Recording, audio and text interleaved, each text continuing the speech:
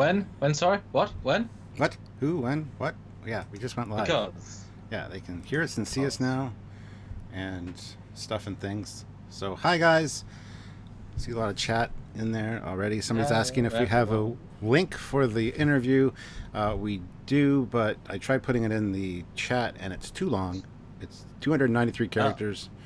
You can only do 200 characters. So I will find the YouTube page, and people can just search it. Yes, probably a good idea. Probably a good idea.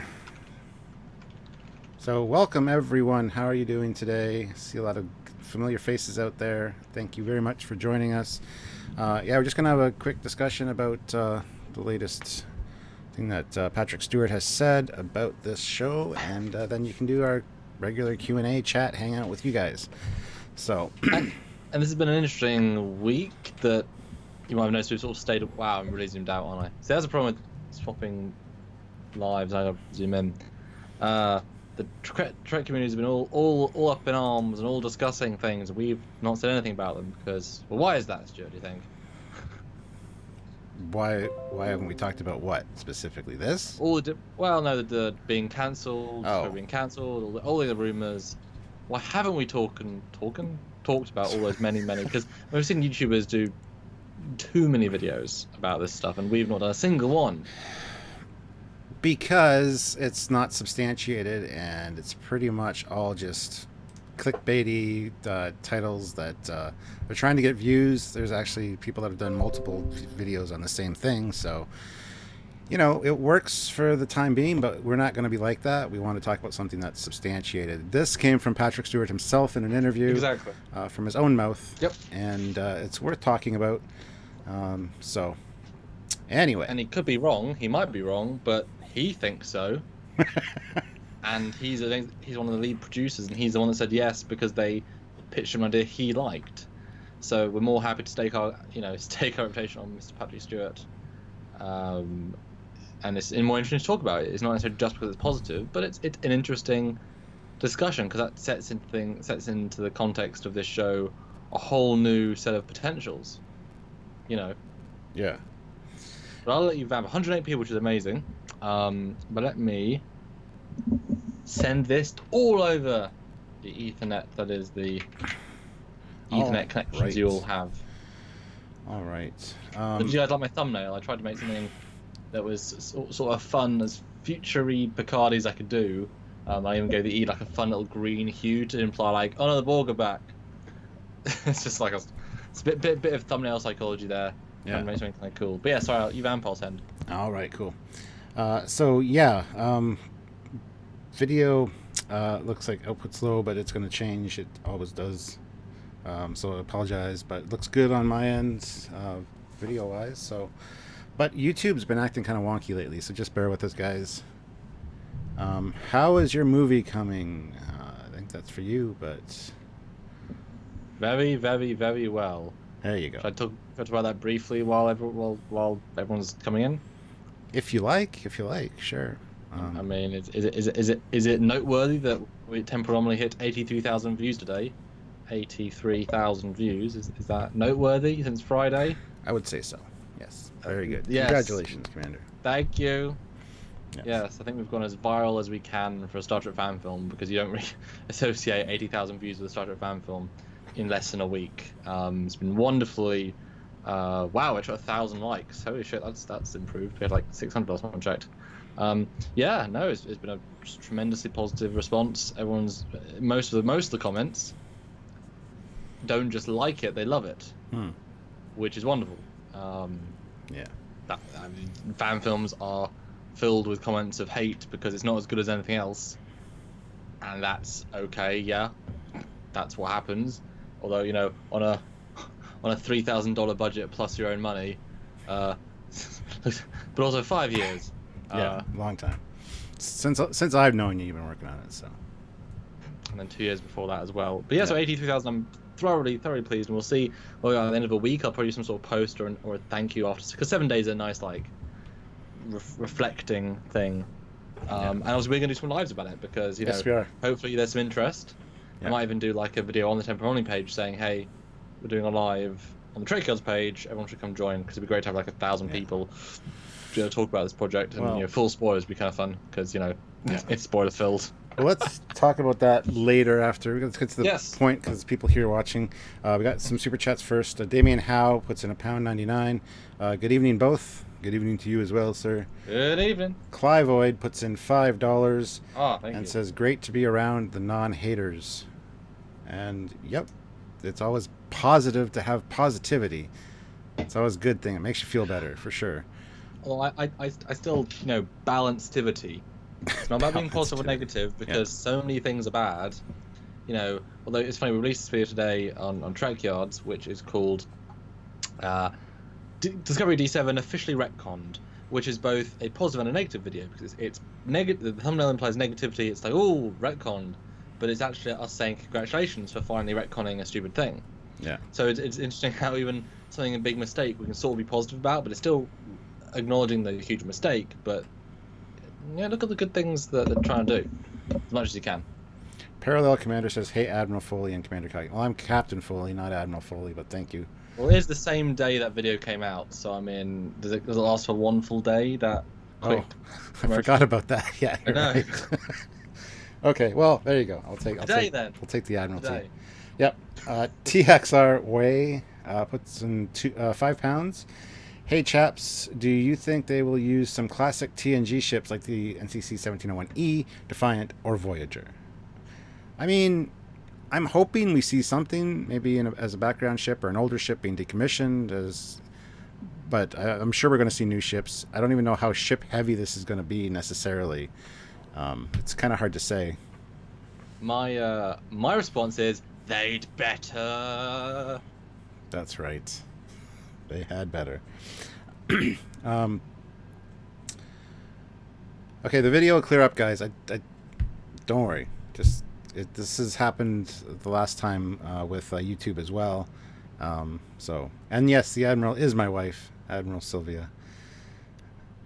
But you're not moving. We're not moving. I got a derp face.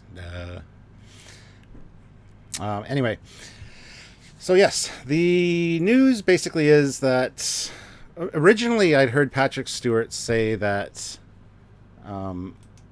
this was going to be like a 10-hour movie. So I was expecting like a mini series of possibly 10-hour-long episodes. That was the first thing I had heard. Then after that, I had heard rumors that they had said 3 seasons. So then I checked this video, and of course it was Patrick Stewart that did say, we're set up for 3 seasons as of now. So, but things can change, of course, but that's what he did say from his own mouth. And he is, like you said, one of the producers. He's the linchpin for this thing. He's the actor that's going to be involved, obviously. He's the one bringing the capital. If it wasn't him, this wouldn't have anyone in the budget. It would otherwise, Yeah. Worth saying. Yeah. But it is worth saying that, this news isn't actually that there is 3 seasons. Far from it. Season 1 isn't even like a go yet. It's filming theoretically soon, but it's not actually a go yet per se. It's more that they have talked about the 3-season arcness, just like the show Dark Matter planned all 5 seasons of story roughly, because then the show could connect with itself. Just like George Lucas knew the Phantom Menace, Avengers, those 3 films, so they would connect. So they've thought about the 3, even if one isn't even on camera yet. So slight clarification there. Yeah. But that's good to hear because unlike The Last Jedi, where that he just screw it, I do what I want, screw it, doesn't matter, who cares, and then it falls down horribly. I feel like that movie. Planning it out at least says something, and obviously he wouldn't. Patrick Stewart wouldn't say we're playing 3 seasons unless he might be involved with 3, because we were assuming, fair to say, he was going to kill at the end of the season. I think we both had that sort of possible. Yeah, I think, yeah. And for him to say that is interesting. It's interesting. Yes, absolutely. We got another super chat. Polish GMR puts in £10. Hey guys, just got here, so not sure what's been said so far. As much as I'm looking forward to the new show with Picard, if it's the same or similar crew as Discovery, then I'm only cautiously optimistic. I think he means production crew. I know Kurtzman is in charge, but Kurtzman is also. Yeah, we're working on the bad signal. Don't worry. Let's see. There we go. And it will clear up. I don't know what the issue is, but anyway, what was I saying? Oh yes, Kurtzman's heavily involved with Discovery, so I don't know how much. He's working in Toronto with the Discovery guys. I know that they're going to be filming this soon. There are plans to have it out by. When were they supposed to have it out? Do you remember?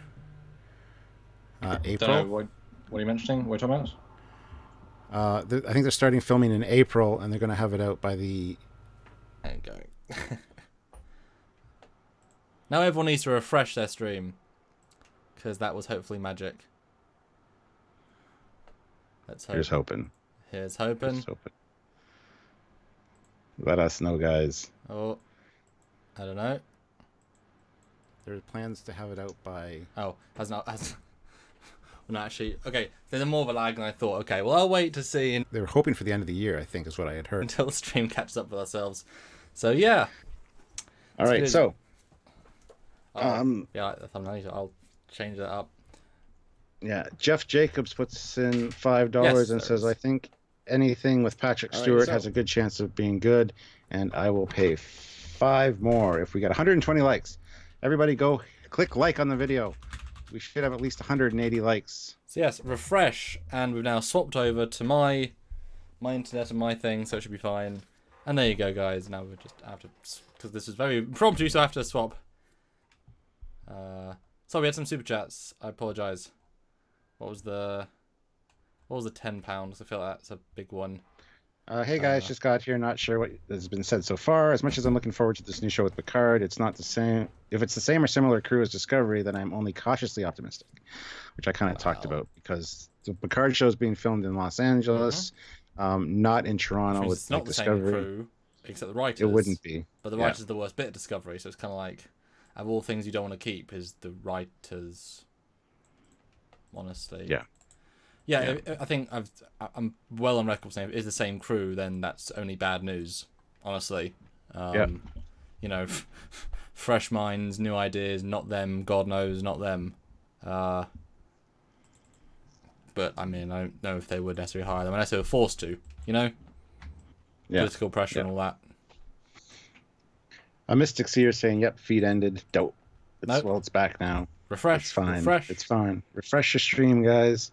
199 people watching right now. 199 bottles on the... Wow, we lost 100 people.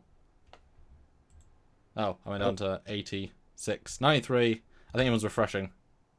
Yes, Buffering standby. It's easy, guys. Just refresh. Yes. Just refresh. We're all still here. So anyway, directly from Patrick Stewart, he said they're in it for 3 seasons as of right now. So, I mean, things can change, of course, but it was good hearing that from him. I thought it was Kurtzman that had said it, but I mean, he possibly could have. He said lots of things. Yes, I just tend not to believe what Kurtzman says. That's the thing; you can't report what he says. It doesn't feel genuine to report what he says, and that seems so strange to say, but genuine. That's how we feel. But it's one of those things where this news is the only thing that makes me really feel like it's genuine news is because he's saying it. It's Patrick Stewart, and while they're all given a status quo to talk about. I feel like he has got so little to lose, Reputation's quite important to him, and he's very, very proud of his legacy. I've spoken to him in person about it in his house. Very, very proud of his legacy, and he wouldn't want to ruin that, because you can ruin a past legacy by doing future things. Yes, exactly. It's hard, but you can. But it's also worth saying, they can announce stuff. Star Trek 4 was the big. They announced it, but they didn't really have it. They didn't really have it. It's like they planned out Terminator Genesis. They had 3 films planned. The full storyline of 3. And then one did so poorly, cancelled 2 and 3.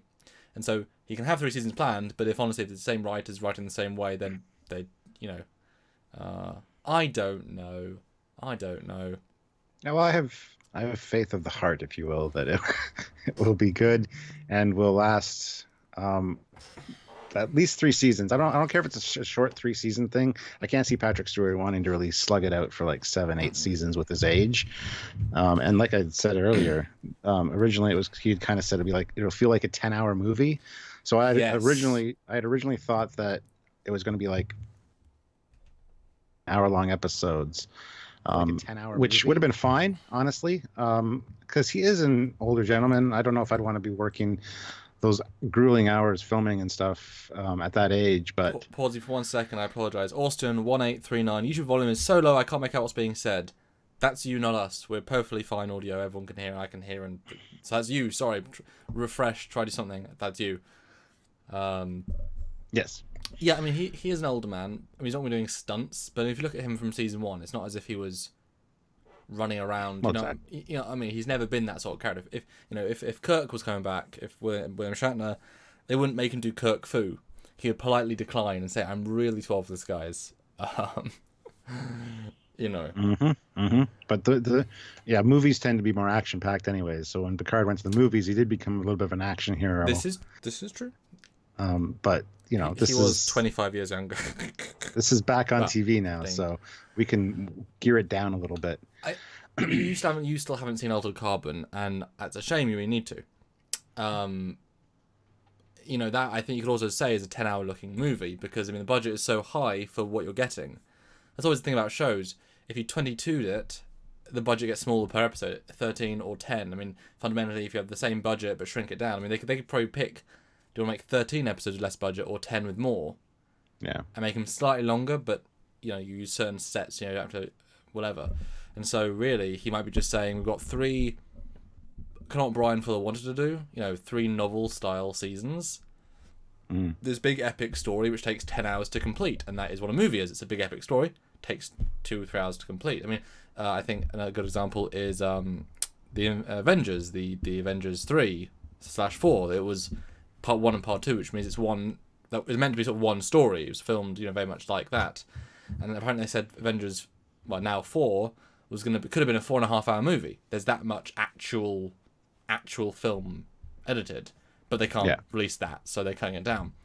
So you can make a really cool 10-hour story, and then you have, the sequel season and the sequel season. And if you plan it out, it's very clever. But obviously we saw Discovery Season 2, and the second episode you loved because it was very episodic. It was mostly episodic.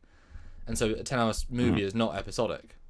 Is not, it will not be the ship of the week. It will not be the whatever of the week. And so are you happy with just getting Picard back and having another modern feeling content? I'm going to say show content that is just Trek universe but not Trek feeling, but obviously it's still the aesthetic, but thoughts?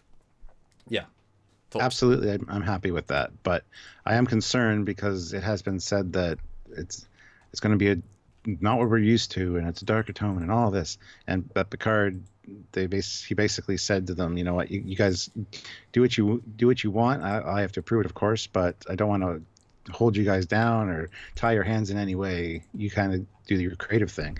That kind of scares me a little bit,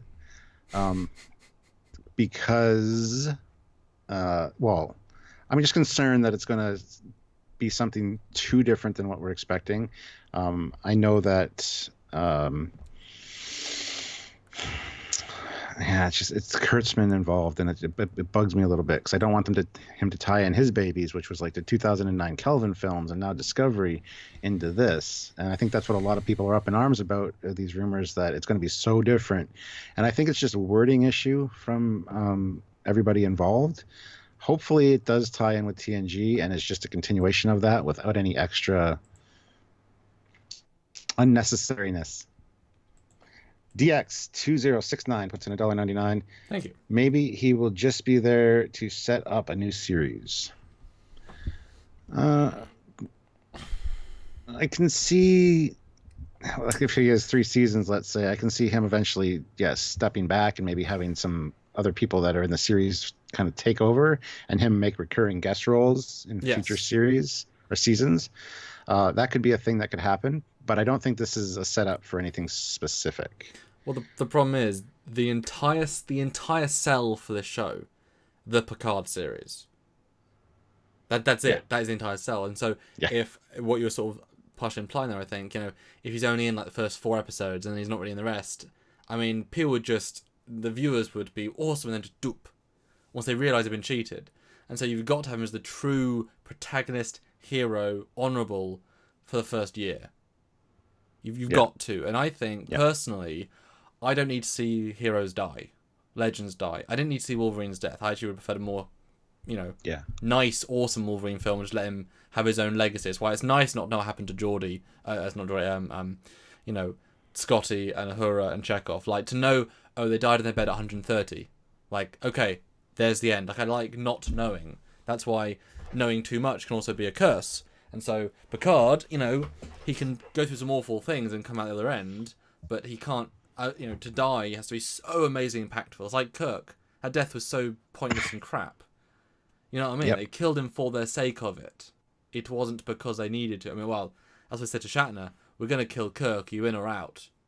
Like, we're doing it either way. Are you in it or out of it? And he's like, I guess I'll have to do it then. And that's crap. Yeah.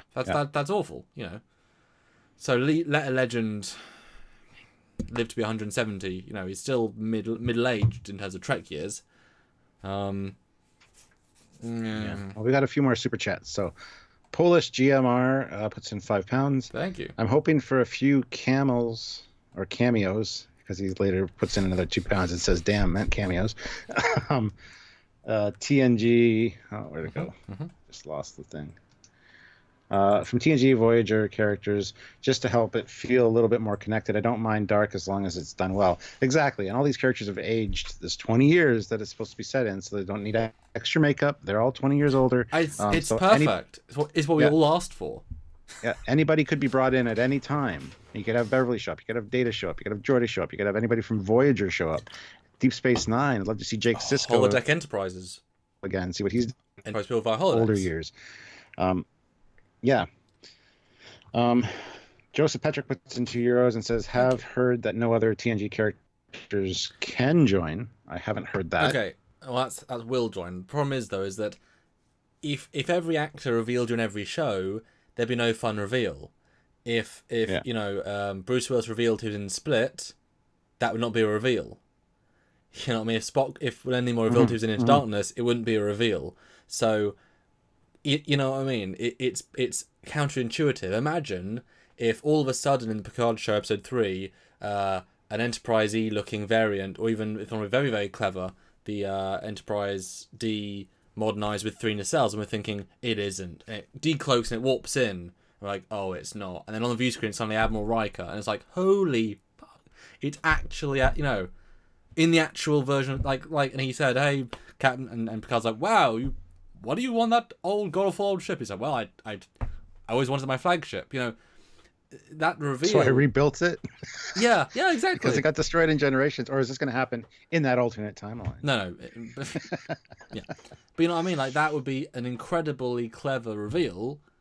And if Jonathan Frakes just said, watch out for me in episode 3, I'm going to save the day. It's like it ruins it. So it's best if they don't. They know exactly that every other cast member is a golden ticket to money. And I certainly wish the marketing's cleverer, because we are all going to watch it either way, far more than Discovery, which put off a lot of people either way. And so, unlike Discovery, where they put a lot of spoiler content really in the trailers, even Turner Spock was in the season. If they were confident, and Batman Review agrees, Stuart, if they were confident about the show, they could have let Spock be a reveal. Imagine not knowing he was in it. In the first episode, you see Spock in the first episode. Wait, Spock's in a season? Holy shit! Like, that would be amazing. Well, they were damned if they do and damned if they don't, because they saw the Enterprise. You're wondering what's happening with the crew of the Enterprise, let of course people wonder though. I know, but if they didn't say anything, a lot of the Discovery people that were on the fence wouldn't want to come back for season 2 necessarily if they didn't know Spock was going to be in it. Because the show was weak. That's the point. Exactly. Yeah. But, they didn't need to show Spock nerve-gripping people in a mental asylum. That's a huge spoiler. You know what I mean? All these things, the Red Angels, didn't give that away so early on. Okay, yes, it's the whole premise, so it's hard to not give it away. But but the Picard show, if it was the same marketing team, they'd say, "Oh look, Captain Geordie's in episode 6, and oh look, wow, we've got 9 guest stars in the season." That was spoiled. You know what I mean? So it really is a two-edged sword here. We got 1,000 rubles. Thank you very much. That's 11 pounds by the way I had a look. Thank you. Yes. Yes. I'm very fond of the idea of the Picard show, but I'm quite afraid of the idea of Patrick Stewart's show. If it's as if extra blunt talk Patrick Stewart Argo buggy scene was made to interest him, any info on what makes the Patrick Stewart interested in this series? He's just said that he's honored. He feels proud of his legacy, the way that this show has impacted, or TNG had impacted people, especially his character. I don't think he would do anything to harm his character necessarily. I did know about the Argo scene, but I mean, you know, you're doing a movie, you want to do something cool, I guess. I don't know. It is concerning a little bit. Yeah, Stuart wanted a joyride, and therefore they wrote it in as it's never a good. You know what I mean? But the problem is he's an actor, and you know especially if you're the linchpin, you need great arc, and coming back for 25 years. And so if you can say, right, Mr. Patrick Stewart, you've now got a son. He's been captured, kidnapped, and you know you're estranged with your wife, but you can reconnect. Beverly's now married, and you're flirting with her. Like all these really intricate connections, just because life. You know, just like really in Wrath of Khan, Kirk was older, and all the nuances of age. We never got the sense that Picard was old because he wasn't. You know, he's having to start later than Kirk did, therefore he felt older. So you know, offer him really interesting acting stuff and potentially a death as well if he does only one season. That's what an actor wants. It doesn't mean necessarily it's best for the character, but at least you won't make him a villain or you know, that would ruin it. Yeah. But you could certainly make him something he wasn't, because 20 years is a long time to change a man. But, you know, if it's a good paycheck and it's a good acting thing, that's why you're in it. Yeah. And if you can do the material well... He's got the legacy of TNG and his character on his shoulders, so I think he will make the right decisions, hopefully. Well, okay, question to you. Sorry, but, you know, if you were William Shatner and you were told that in Star Trek 6 you'd be actively hating Klingons, like racistly in a sense, would you be like, oh, it's too dark for me? My character's always, you know, positive and friendly and you know, like, it's not as good a parallel, but it's a bit darker than you expect him to necessarily go. He never got the sense he was necessarily racist against Klingons. He's got a personal connection, but same thing. If Picard now is darker because time has passed, well, you know. We didn't have that follow through from Star Trek 3 though, where his son got killed by Klingons. Star Trek 4 was lighthearted. Star Trek 5, same kind of deal. And then of course Star Trek 6 is where that's addressed. Like, you killed my son. You know, we've been at war. Well, had a cold war with you guys for years. Had a lot of run-ins with you guys. Then you kill my son. Yeah, I'm a little bit jaded against that. So, you know, Clivoid puts in $10. Thank you. Thank you. It's about building a physical barrier around the neutral zone. Here's hoping not. I know what you're referring to, but no. John Arkeki puts in $5. I want to see Bakula cameo as Archie Archer. Dim-witted great-great-grandson of Jonathan Archer, and he has to get fem-splained to at least once. Oh.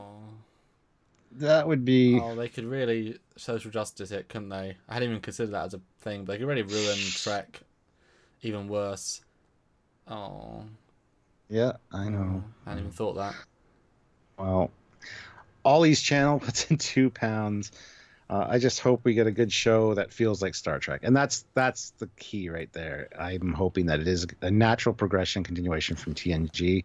Not dark, not, you know, too ham-fisted, just a nice progression. It makes more sense to be a progression of DS9, because that's the last show. TNG is before any of the wars, so... Yeah, well, this is after the Dominion War, so yeah. So it makes sense. DS9 was dark. It makes sense to be an evolution of that, but even... I never got... I mean, is DS9 dark? Yes, but it never goes too dark. Like it has dark themes, it has dark stories, but it's not dark overall as a series. I don't think. No, and that should be the balance. You know, they hit some really harsh things, but just being, you know, I don't understand. You know, Battlestar Galactica wouldn't work as Trek. You know, it just wouldn't. There's certain things. It's just like, no, it's just calm down. You don't need to make things dark for the sake of dark. As my dad always says, Trek is about the positives, and in a world where things aren't as good, would we really want to see a baby's head been ripped off its body and shown to a council of people? No, no one asked for that. No. If you polled 1 million Star Trek fans, 1% would say yes, I want to see a Klingon baby's head in an episode. You know what I mean? Dark is not good for the sake of dark. Luckily, that release was thematical, but that's why Orville also part of its success is because it's what it's nice, it's positive, it's friendly. It's good. It's got a good heart. Discovery's not got a good heart. Yeah. Spino Breaker puts $2. It's spin because there's no E, so it's Spino Breaker. Like Spino, Spino, Spino. Anyway, $2 Australian. If Picard isn't captain of the E, who should be? Well, we've seen that B4 becomes Data, essentially. Data becomes captain of the Enterprise. Which is canon in my book. That's absolutely fine. Yeah. So I don't think the E will be around, to be honest. It's 20 years later. It's either moved on to another captain or has something happened to it. So I doubt we'll see the Enterprise E. We might hear a story about what happened to it or hear of its adventures off in the whatever, but I don't think we're going to see it. Yeah, I mean, we know obviously the original Enterprise lasted for a long time, but that was more because they kept changing captains because of weird story conceits. I mean, the A lasted like 20 years. Not a long time. The D lasted like 7. I mean, none of these Enterprises last that long. Not that long. At least later ones. So 20 years plus like 7 between First Contact and Nemesis. There's actually quite a few years. Nemesis is quite a large break. So 33 years. Yeah, commission Enterprise F. Do it. Means they get to sell more toys. I mean, Eaglemoss will be thrilled. You're right. It is Spinal Breaker. $2 Australian. Spine. To be fair, I made it when I was 10. There you go. But it looks like Spino Breaker. I'm just saying. I know, but I know the guy.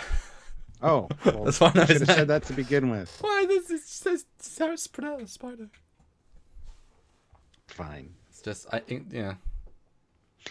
So I mean. Yay, it's either the Enterprise F or J. No, J is way in the future, guys. J isn't going to be around any show because that's way in the future. Yes. Let the J be its thing. And the F is in Star Trek Online, but that's not actually canon, therefore. And they wouldn't feel linked, they wouldn't feel forced to do that. Yeah. Anthony Adrance wow. puts in $15. Thank you. Amazing. Thank you. That's amazing. I want a new Prime timeline show with an Andorian alien captain set post Voyager. Enough with the squeezing stuff into the timeline it doesn't fit, and enough of the pseudo track. And that's what I've said all along. Stop shoehorning things into an existing timeline where you're constricting yourself story-wise, visual-wise. Just move on. Continue on. Because everything in Discovery, absolutely everything we see in Discovery, would be perfectly fine post-Nemesis. Even the long cells, because you can argue it's the future. Who cares? And the mycelial network. And the scales. The augmented weird Klingons. Even the windows. They've moved into window technology where it's so strong now that you can have windows. Yep. Yeah, sure. I mean, I don't like it, but I'm not going to complain. It's the future. Just because we had 300 years of non-windows. Yeah, it's. Well, I mean, I want to double down on his comment for a second. I want a new Prime Timeline show. So do I. I haven't seen one in a long time. I agree. It's true. And like I say, Stuart, it's not rocket science. Nope. And having, release temporal anomaly and the amount of people saying it's wonderful. Prime is not that difficult to create. And I mean, you've seen temporal anomaly, and it's a reasonably good Star Trek story, and it's faithful to Prime, and it's. Clive. Anyway, we could do better. Just put it that way. Clivoid, $2. Might get a non-evil admiral. Well, hopefully. I'm sure Picard will be an admiral, or either that or out of Starfleet. What? Another question to you. Yes. If you had to pick, ready? Yes. Both are good shows. The two paths.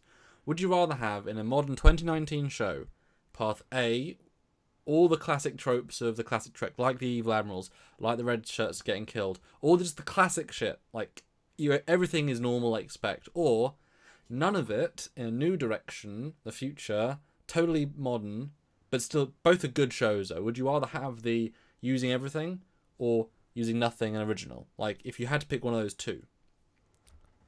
Using everything, because that's what everybody's come to love. You can introduce new elements, but keep what has worked for 50 years. But like Evil intact. Admirals, like you'd want that. Every now and then, I mean. yes. Okay. Every now and then, it'd be nice to throw in an admiral that's not evil, and they have sort of done that. There's one or two that you can. Well, no, Chive, corrupt isn't it? She's just a bit of a B word, but she's great. And Chive is awesome. Well, yeah, but Joseph Petrick puts in €2. Thanks, Can be the Pike is brought back from Talos 4, or is he dead? See, he could be still alive, to be perfectly fair. Because you mentioned if Anson Mount shows up, hey, they found a way to, like... I'm really, really old. I'm really, really old. I mean, honestly, that'd be a funny old... Because that's the thing, though. I would be fine to have Zachary Quinto in as hologram Spock in the Picard show. Like, if licenses weren't a thing... You know what I mean? I'd be fine to have Shatner in as, you know, alternate universe Kirk, or Pine in as a young Kirk. Obviously, you're right. I mean, I don't know if you saw the SNL sketch where he's actually written like Kirk. He was actually playing original series Shatner Kirk, and he did great. The sketch is dumb as hell. There was a really bad premise, but he did a great job being actual Shatner Kirk. Yeah. Like, he actually had more nuance instantly. So I'd be fine to have, like, the actors aren't the problem. It's normally just the scripts. Even like Giorgio. You know, have a holographic Giorgio come in Picard's show in a more faithful costume and make more, you know, of an effort to be Prime. I mean, none of this stuff is innately bad, you know? It's just the way they're using it. Oh, absolutely. Yeah. It's almost like, I mean, I'd love to be able to earn some funds to go back and, like, re-edit Season 1 of Discovery, including, like, some new space shots, and, like, see, could I, like, re-edit a more cohesive narrative? Because that'd be really fun to deconstruct at least the first like 6 episodes and try and like, rebuild a more cohesive and more cogent story, because take out lines where everyone's saying Burnham's amazing. You don't need it. Show it. You know, I'm sure I can make a good episode of Discovery reasonably quite easily. Well, you know, we got to catch up on super chats. So brilliant, which is nice to hear. Chris Kma1 puts in $2. Picard as president of the UFP.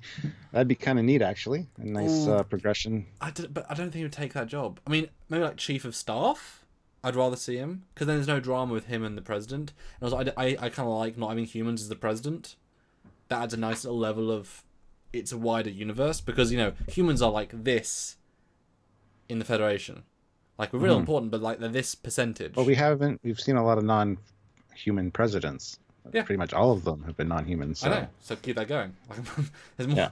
Yeah. Well, no, you should have one, and Picard would be a good choice. We had the guy from 3 and 4, and then all the other ones were aliens. Well, I'm not sure the guy from 3 and 4 was human, actually, but he could be. I don't know. We'd have to. I'm gonna look. Anyway, Chief Cook puts in $1.99. Thank you. Just do what I did and just cancel my CBS for $59.99. Oh.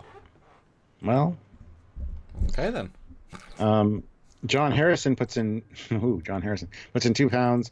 If we see Enterprise F, will it be their own? Probably. That's a good question. I'm not 100% sure how that would work. Well, they'd have to pay license rights to Stowe and probably Adam Boots, who designed it. It depends, because I know they signed away the stuff, but if it's a bigger project, and obviously we've got to ask the question, is this actually a fully CBS show? Because we know there may be some legal issues with Bad Robot and stuff, and Alex Kurtzman's involved, so that whole opens up a thing, which if is true, then it would take away all that other stuff. But again, they wouldn't, I mean, the F is not an elegant design. I think it's fair to say. It's got a lot of merit as a design, but I don't think that's an Enterprise. I don't know. I mean, I personally would love to see an up-res, like, proper full 3D detail one, because the one they've got in the game is not very good. No offense, Thomas, it isn't. Mm-hmm. You know it isn't. Not in polygons. You can get better in your sleep, just not in a game engine. But I mean, what do you want to see the F as the F, or a different F as the F? Either or. If you had to pick, I know you don't care as much, but if you had to pick a camp, yay or nay to F? Maybe a new one. Okay, me too. No offense, Adam. Richard Kennedy puts in £9.99 and says, "Do you think it would be visually tie in with the TNG aesthetic, like Elcar's only updated by 20 years and no Avengers style No Avengers Star Wars like tech. I want to see a real progression from what we finished with in Voyager. I'm hoping, absolutely, I'm hoping that should be the way it should go. But will it? I don't know. The problem is they're putting themselves in a corner now. If they do anything that's less advanced than Discovery, then they'll be asked, why does it look so obsolete? So they theoretically have to do 200 years more advanced than Discovery. What the hell is 200 years more advanced than Discovery? Anyway, without going into pure neural interface stuff. At that point, it's not...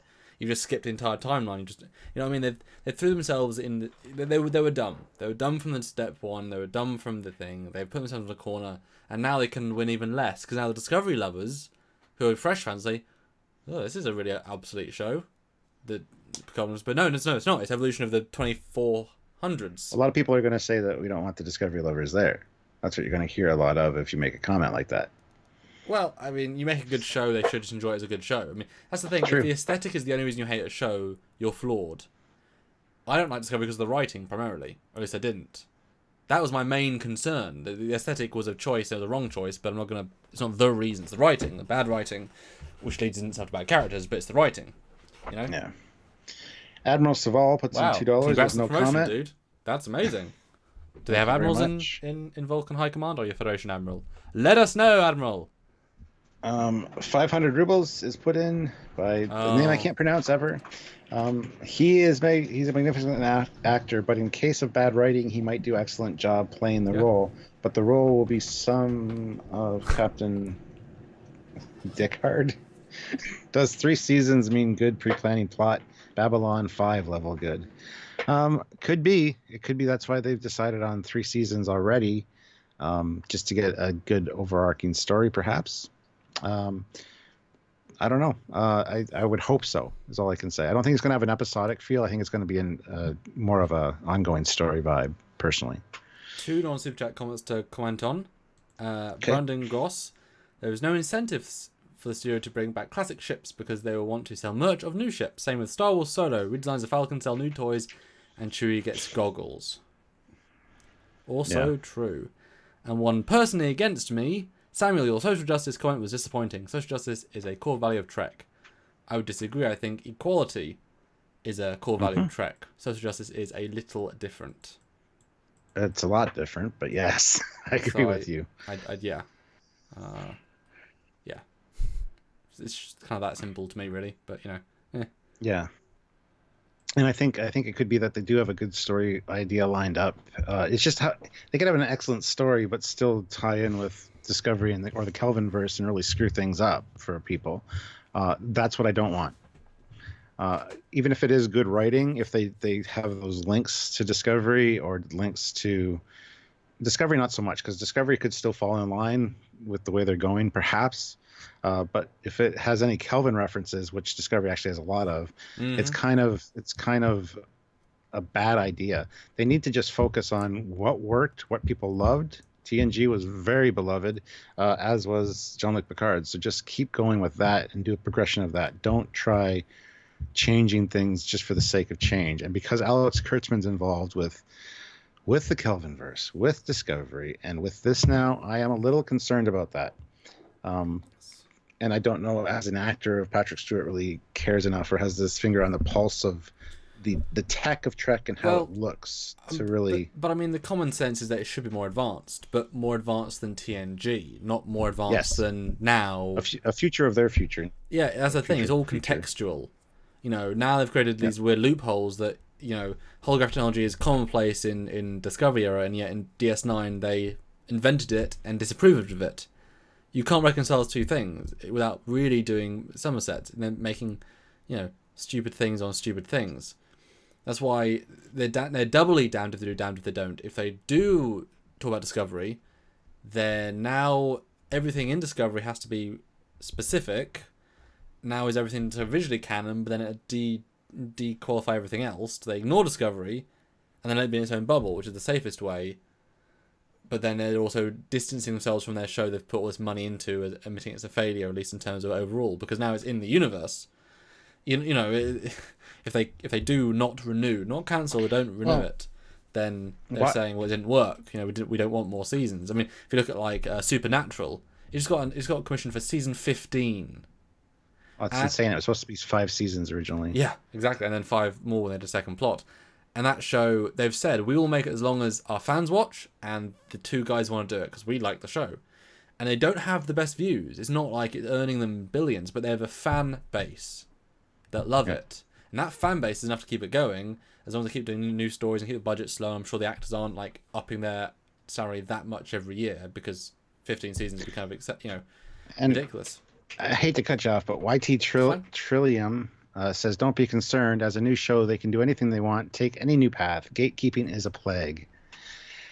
To which I say, no. Yes, it's fine to do new things. Tell us, you know what? This is the Discovery would have said out of the gate. This is a visual reboot of the TOS era. It's going to be its own thing. It's not Prime. It's going to be based on Prime storylines, but it's going to be visually a rebooted update. We would be okay, fine. You know what? You're doing a pretty good job. But they didn't say that. They said it's Prime. And in doing so, shoehorn themselves into a lot of problems. Gatekeeping is a plague to some degree. Change is necessary. Change is needed in these kind of franchises. But it's got to be change for the better. And don't tell the fans what we want. I mean, people tend to not know what they want until they get it, but it's all about how you go about it, I guess. What do you think about the gatekeeping thing? I mean, if you're not bothering to care about the universe, make it another show, make it another universe. Guess how many people, when they were making TMP, Andrew Probert was brought on, and he loved Trek, and so he took his love of Trek and of the universe and evolved the shapes. And then Rick Sternbach was brought on, and he loved the ship and the text, and he evolved the shapes. And then John Eaves was brought on, he loved the ship, he loved the tech, and he was a fan of the thing. And Michael Kuhn was brought on, he was a fan already, all these things. And so they have worked tirelessly for their their entire career, some of them in a sense, to ensure that the universe stays interesting and worth having. So it's not you're devaluing. If the gates aren't worth protecting, then you're saying that, well, we might as well have said in season 3 that Riker had a daughter all of a sudden who then married Picard and was not mentioned in season 4, and then just throw this shit away. Who cares? I mean, if you don't care now, then you shouldn't have cared then, and you should actively not appreciate the canon, should not appreciate the universe, because they spent so many decades keeping it together and making it make sense. I mean, you're throwing away the legacy for what? What's the point of not caring about it? These things look what happened to Star Wars. This massive explosion. They did bad choices, and now they cancelled more projects than they had announced because the fans weren't happy. They ruined a lot of the goodwill which they had in spades. That was them, not the fans. They made bad things. That's them. Discovery made bad things. The fans, when it mattered most to watch season 2, So yeah, if you don't care about the universe, make something else. Make a parallel universe. Yeah. Why set it in Prime unless you're going to care about Prime? There's no reason then to set it in Prime. There's no reason at all. It's more creatively freeing to do it now. That's why Beyond was so good, because it was the most devoid of, it was the most removed from that first film. There's nothing Prime in it. Or they had the Franklin, which kind of muddied it a bit. But it could do its own thing the most. And so, cool, do its own thing. That's why we said, do your own thing. Don't Wrath of Karnos, do your own thing. And so, yeah, what is the point of using Trek if you're not going to respect Trek? Okay, we got a few super chats. So, okay. I'm going to read if anyone agrees or disagrees with me. Jaegerbomb puts in $5. If this show is going to stand a chance, honestly, Alex needs to go. Say this happens. Who do you think would do a good job making a Picard show? Anybody else? I don't know. Alex Kurtzman's not a bad filmmaker. He's not a bad creative person. He just doesn't know how to work with established franchises, as we saw with even Transformers. I don't know. I don't know who would make a good one. I'm sure somebody could, but Admiral Saval puts in $2. I'm a Vulcan Admiral at Trekyards. There you go. Congratulations. Clive, yeah. Congratulations on a title that means nothing. Yes, Captain. Right? I know. That's what I mean. Clivoid puts in $5. Thank you, sir. SJWs only care about shaming people. Trek is about equality or opportunity and the death of prejudice. I wouldn't agree with that. Well, I mean, I watched an interesting interview yesterday about Avery Brooks, who played, the first black lead of a Star Trek show in terms of like primary, the top of the chain. And he said, and someone asked him in the interview, were you written, to be a black character, or written to be a character? Do you act him like a black character because you're the first black character? He said, well, no, obviously not. How do you write black? Especially in the future, you write person. Mm-hmm. So by making, the worst thing you can do is make, I mean, obviously this is an overall statement, but the worst thing you can do is draw attention to it if it's not strong enough to stand by its own message. The first interracial kiss in TV history, they didn't bat an eyelid. That was the point. It was socially a bat the eyelid thing, but they didn't care one iota. That's the point. You want to make these social important issues relevant. You just show them as being normal.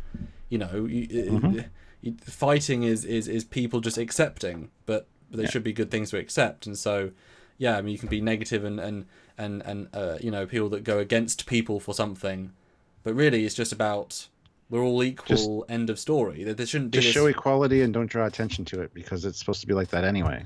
That's the point. My fan film friend was going to write a scene where a Vulcan was kissing her lesbian wife, and then they'll have a whole scene about it. I focus on it, a whole scene about just this kiss, and I said, no, that's not the Star Trek way. You have these two women kiss, one's an alien, as a background piece of a shot, or they kiss, you pan on. You shouldn't focus on it because it's happening. Yeah. The audience is like, oh wow, yeah. But as soon as you draw attention to it, it devalues it because, or they draw attention to it in the universe. It's just, this is why it's so sad to see the cast of Discovery pushing these agendas so hard when obviously, like, awesome first gay actors or first gay characters, great.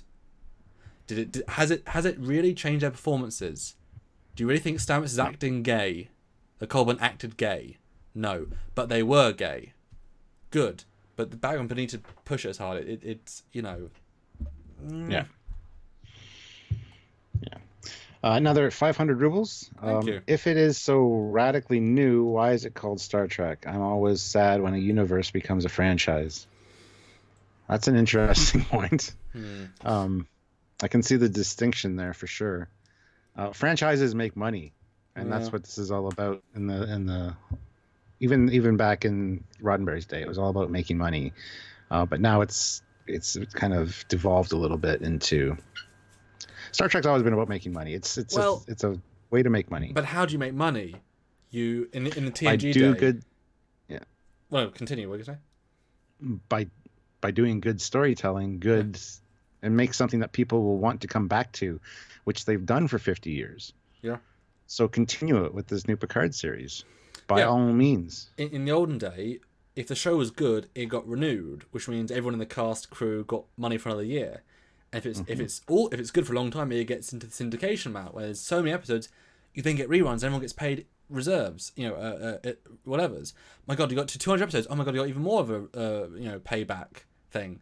That was the sign of a good show, a sign of getting the money. That profit was because you got another season, and then they sold the rights, and more companies saw it. The Blu-rays got sold. I mean rather than like I hate Star Wars Episode 7 for only using new aliens, 99%, and the right to sell toys. It's a effing universe. You populate it with the universal creatures, and we love that, and it's awesome, and you develop them. You don't invent. I mean, do we even give one shit about any aliens from Force Awakens? Are any of them interesting? Do you remember any of them? I would say no. I remember the big fat guy who had the lady who squealed on them, but that's because she was the focus of the plot the point. one horse-faced X-Wing pilot guy. I remember him. Yeah. That's it. Whereas, how many can we name from the original trilogy and even the prequels? I mean, Geonosians were cool. Telosians? No, you need to do this. We are going to kill Jedi. Newt Gunray, those guys. What are they called? Yeah, I don't remember. Nemoidians. There you go. See? Sure. Interesting. Richard Kennedy puts in £9.99. Thank you. And says, I actually live in hope. Now Kurtzman is in charge. He's done his homework, seen the fan backlash, and he has seen the love from Trek fans and now wants to do it right. And maybe work with Patrick is helping him with that. You know what? From what we've seen in Star Trek Discovery season 2 already, they are making those steps, taking the fans' backlash, I guess, into consideration and making some changes. So that could be the case. And if that's the case, I'd give Kurtzman a lot of respect. Looking back on this in 10 years, looking back at Discovery and the Picard series and seeing where they are in 10 years from now, we'll have a better overall view of what has happened, of course. And we could say, well, you know what? Alex Kurtzman is, the new torchbearer for Star Trek. He has to show that to me, though, because I haven't seen it yet. And he's just hasn't done some great work. So, but if that's the case, and he is learning from Patrick Stewart and the fans and starting to really get a love for Star Trek and an understanding of Star Trek, then absolutely, I'm willing to give anybody a second chance. And if that's the case, I'm down. Yeah. A side comment though, and again, I want to address this. I want you to address this, especially because you are more aware. The robot dove. All these conversations seem very familiar. The same conversations were happening 20, 25, 30 years ago, and fans then arguing about DSI and Voyager Enterprise not being faithful to Star Trek. Your thoughts? I totally agree. When TNG first came out, there were some articles in Starlog and some the letters from the fans saying, this isn't my Star Trek. No Kirk, no Spock. I'm not going to watch this. This is crap. There's a whole bunch of backlash about everything, but it wasn't amplified by the internet because there was no internet. It was very much you had to buy Starlog, you had to read the comments and write in if you wanted to get your voice heard. So it was much more quieted down. Same with Enterprise. Enterprise, as you know, Enterprise and me have a kind of interesting relationship because it kind of came along and kind of stomped on the toes of some stuff that I had grown up with canon-wise or side canon, and it made a few mistakes, but they did their best to try to fit it in. You could tell the people that did it loved Star Trek, just with the visual tie-ins, with a lot of things that they were doing, especially in season 4. And if they got to season 5, we've heard from Doug Drexler and others some of the things that they had planned. Even Michael Westmore has told us some stories about things they had planned for season 5, should they have got there. And you know what? They were on the right track as well. I think that was another example of them making some decisions that they thought would be well received and weren't exactly. And they listened to the fans and kind of, as a tribute, I guess, for season 4, they kind of wrapped up a lot of storylines and pointed things in the right direction. Whether they would have done that over the course of the next 3 or 4 seasons, should there have been that? I mean, I would assume so, but it's kind of hard to say. But the outcry with all the new series has kind of been the same. Even Deep Space Nine. What are we going to do on a space station? It doesn't go explore anything. How is that going to be a watchable show? I remember that argument. So yeah, I remember these things that happened, but they weren't as blown up and exaggerated as it has been with Discovery, just because of the internet, Twitter, all the social media. It's just in your face every day, and you just can't get away from it. So it gets amplified and it gets expanded on by other people that kind of latch on to the haters. They want to troll, they want to whatever. It's so exemplified now because of the internet, the way and the social culture we have. It's just insane. But yeah, it's always been there. It's always been there, even with the motion picture. Bringing back Star Trek, everybody was excited, but the change of the ship and things, people were kind of like, don't know if I like it. And now looking back, it's all been tempered. Even TNG, all the hate for TNG that was out there when it first started, I'm sure those people watched every episode and now love it, or at least tolerate it or accept it. So it's always been there. Yes. John Arceki. No, I think a big part of it, and I want to do the opposite example, Battlestar Galactica, right? Because each of the Treks had a rough first year. It's not about it. I don't think it was always just about it's different. It was about the quality was never necessarily where it should have been. Battlestar Galactica, a reboot, sure, but marketing exclusively on the fact that, okay, it's a cool sci-fi show, but also the fans of the show.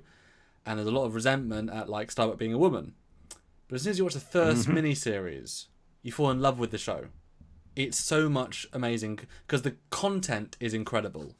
And so, whereas TNG, you watch a pilot, it's not incredible. It's barely passable. It's a lot of bad. So you watch a show that somehow is worse than TOS Season 3, which was the worst TOS ever was, in generalisms.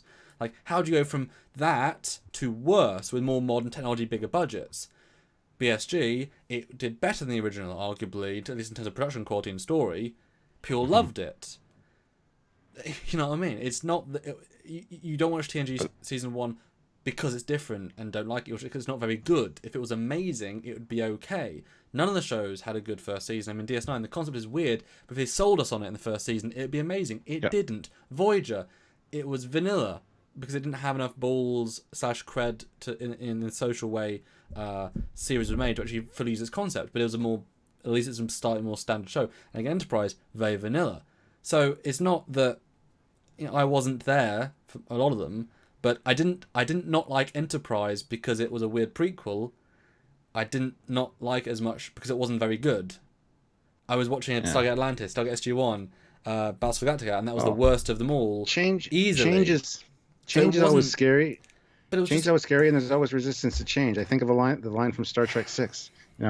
Could it be that you and I are so old and inflexible that we've outlived our usefulness? Is that the same way with older Star Trek fans? Have we just outlived our usefulness? They've pointed this out in Star Trek before. Even young minds, fresh ideas, be tolerant. But new minds, fresh ideas have to be good ideas. Otherwise, what's the point? Well, exactly. The Excelsior was a bad idea. I totally agree with you there. That's the thing. Not all ideas are created equal. So it's I just like I say. I mean, I might be more balanced than everyone else in the world, but Enterprise wasn't bad because it. I didn't like the difference. You know what I mean? It's there are different reasons. When TNG got good, it got more interest. It got more flock to it. It's Discovery wasn't good as a show in general. That's why people didn't like it. It was an amazing show. Whereas Season 2, it was better. People liked it more. It's not rocket science. And so we just talk about it more. But none of the shows had a good first season.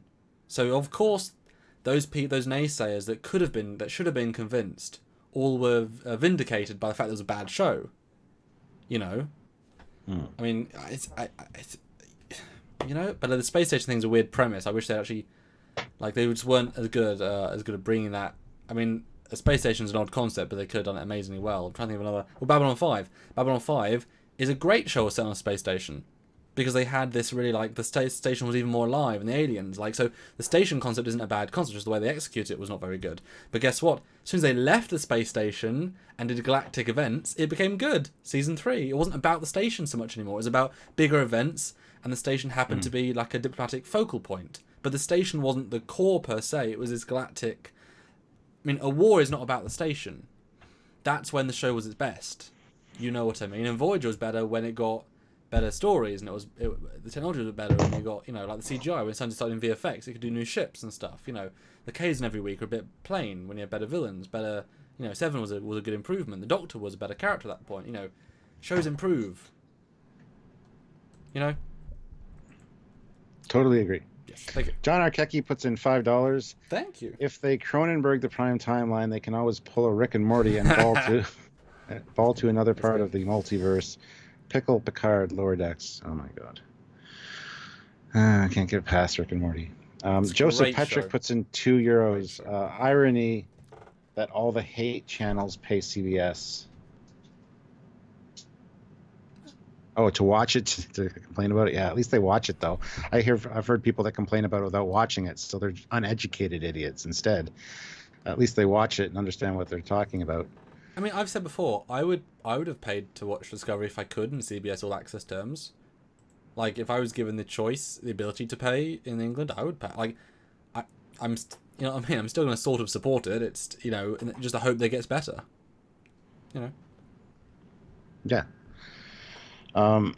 Creator 90 puts in $5 Canadian. Thank you very much. Ronald D. Moore would be fantastic for the show. I think he's working on Outlander, but he knows about the franchise and has credibility with BSG. I would tend to agree with you, probably. Yeah. I would like to see him come back and do a Star Trek. That would be awesome.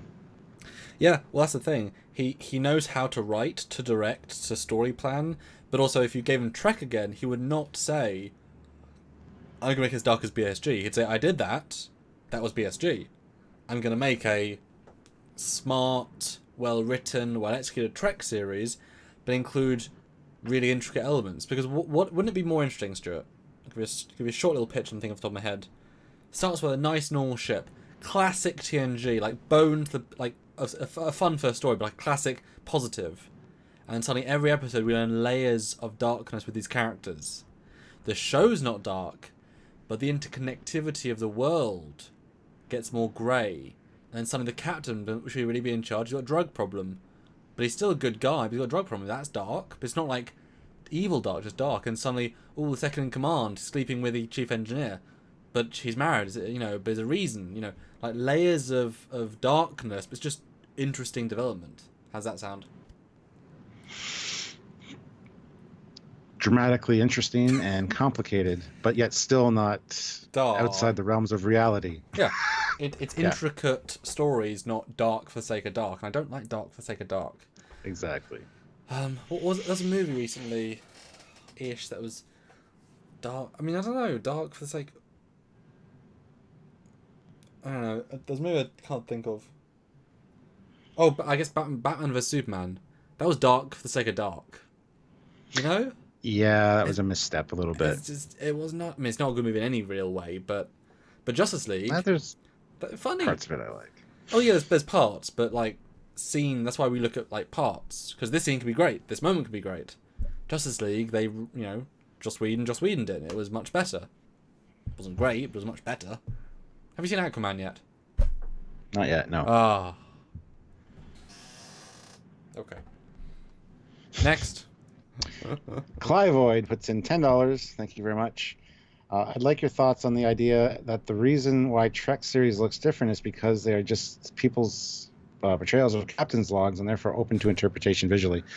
That I find very interesting, and a lot of people have said that about TOS. What reason it's so kind of on its own compared to everything else, basically because of when it was made. But yeah, it's a historical reenactment or a historical retelling of that era, and with a certain visual spin put on it.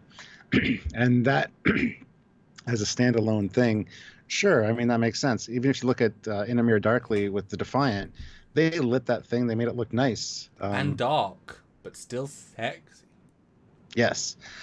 So yeah, it could be that TOS is kind of a interpretation of the captain's logs. Maybe like what are the aliens from Galaxy Quest? They've taken the logs and they've turned them into their own interpretation. Thermians. The Thermians, yes. Historical documents are Star Trek. The Shatner is here. His toupee is glorious. I'm now a Dalek. And that would also explain all the little canonical errors and stuff, because they're just mistakes said by the captain or whatever that are just interpreted and compiled into Quick clarification though, Sick Brain said Kurtzman took over Discovery at the end of season 1, and so far season 2 is pretty good. This bitching about Kurtzman already got old. He did not take over in season 1, he took over at about episode 5 when the showrunners took over, who were Brian Fuller's lieutenants, blew most of the budget in the first 5 episodes, and then Kurtzman took over and went ahead and reshot large portions of the first 5 episodes to help rebalance out. So we're seeing fixed versions of what they consider to be broken episodes that tested badly. So yes, his handiwork is in them, and I think you can kind of see some of the reshoot areas, the humour and the little one-liners that take nothing to set up.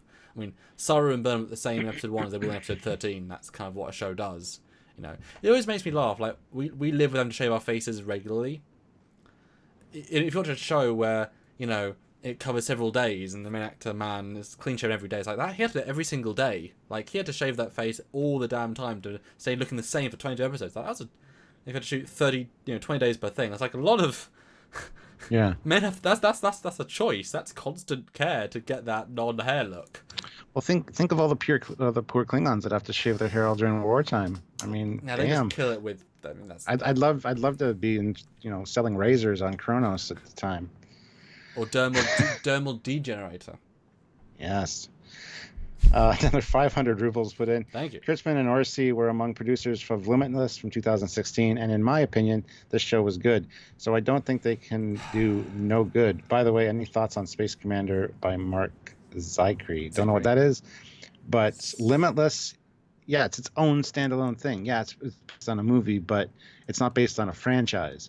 When they put their little fingers in franchises like Star Trek and Transformers, things get weird. It's just like, stop trying to make it your own. Just go with what is established and put a new spin on it. Don't change everything for the sake of change. Okay, so now that's a little conversation. So Limitless, I thoroughly enjoyed. I'm so hurt it didn't get a second season. They were also both involved in a show called Scorpion, which had 4 seasons. Excellent show, so well written, very, very good show. But I thoroughly, at that point, they were in multiple production houses. I don't believe that with multiple movies, like The Mummy and and multiple shows, they weren't actively involved in any of them to the greatest degree. They weren't 7 days a week doing meetings for their 6 shows they've producing credit in. It's more a case they might have helped here or there. They certainly didn't write anything, or maybe an episode, maybe. So that's fine, but just because their names are attached, Rod Roddenberry is attached to Discovery. He did nothing whatsoever. So a name attached is just a name attached. And a lot of the time, for a lot of fans, they said, I like Kurtzman also, I like the 09, I'll watch Limitless. That could be enough. So I wouldn't give them credit. As far as I know, they had very little to do with that show. I've never heard a single interview of them talking about it. So I as you look at The Mummy, and that was Kurtzman, and I haven't seen it, I don't want to see it, and that's weird to say for a Tom Cruise film, because he tends to do good films. But Limitless, good series, I thoroughly enjoyed it. But you're right, it was based on one movie, but it was fully continuity driven. Like, it was a very, very true sequel to the movie. Like, they put so much attention into that, and that was like the best bit. It wasn't, or it was like Blade, the series, it was a reboot. Didn't work. It tried to do different things, didn't quite work. Terminator Sarah Connor Chronicles was interesting because it was a reboot, but it also took a chunk of the continuity, but it explained its reboot, which was interesting. It didn't quite work. It wasn't quite dark enough, ironically. It wasn't quite, committing to it properly. I think the budget wasn't high enough either. Like you kind of felt that. Season 2 was better, but not... but that worked mostly. Yeah. I'm trying to think of other ones. There isn't that many other movies, TV ones that work. But Limitless, I think, is actually a really good example it does. But Limitless is such a simple plot. Yeah. Moving along, we got 2 more super chats. So Lovely. John Arcaki puts in $5. Thank you. Would you have bought that Star Trek Discovery Klingon War was so devastating it somehow knocked Federation tech back a generation to what we see in TOS? Yes, I would have bought that, actually, because that's one of the early ideas of why the TOS tech was a little bit behind, or seemed visually behind, was because of the effects of World War III and the devastation that caused on Earth. I think it was in one of the books. So that's why the tech seemed a little bit more primitive-esque, but still advanced. I totally would have bought that if they had done it properly, yes. Whereas I wouldn't buy that whatsoever. Because... Of course you would.